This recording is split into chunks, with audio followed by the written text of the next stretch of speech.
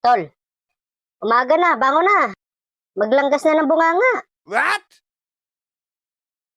Ang aga nyo ah. Anong maaga? Doon kami natulog sa kwarto mo. Ganon? Oo, diyan ka natulog eh. E di kami ang natulog doon sa kwarto mo. Lang tol.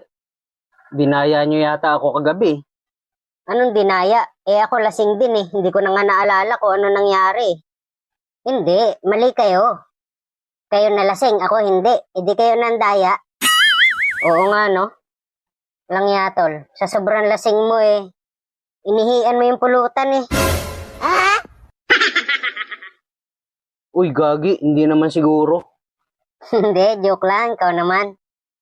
Lang tol, sakit ng ulo ko. Ba't kaya nalasing agad ako? Eh, nag-inom tayo eh. Magtataka ka pa kung bakit ka nalasing. Masakit talaga sa ulo yan. Huwag ka na magtaka.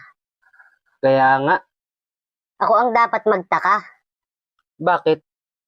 Eh, hindi naman ako nalasing eh. Pero masakit yung ulo ko. Paano nangyari yun? Masakit yung ulo ko sa baba. Wala yan. Ako nga nagtataka bakit masakit ang puwet ko eh. Teka lang. Masakit ang ulo mo sa baba. Tapos ako, masakit ang puwet.